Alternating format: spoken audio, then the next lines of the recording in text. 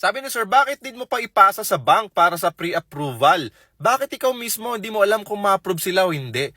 Okay, so kami po, ginagawa po namin, step 1, ina-assess po natin yung buyer. Okay, chine-check natin yung requirements, chine-check natin yung gross monthly income or yung basic income. Okay, and then once na alam nating pasok naman, dun pa lang natin isa-submit, okay, kay bangko or kay Pag-ibig. Kasi nga po, okay, hindi naman po kami taga-bangko or Pag-ibig. Iba pa rin po na sila po yung nagpi-pre-approval kasi sila po yung taga-financing, sila po yung taga-finance ng ilo-loan po ninyo. So wala po akong karapatan para sabihin na approve ka or disapprove ka.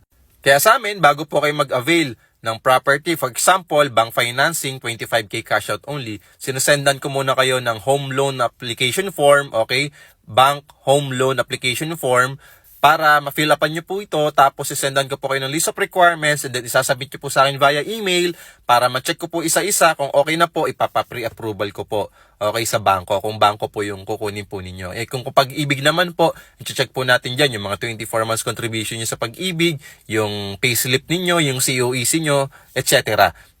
So, once na na-check po natin yon, isasubmit natin yon kay Pag-ibig or kay bank para ma-assess po nila mismo kung pwede po tayo mag-proceed sa reservation o hindi.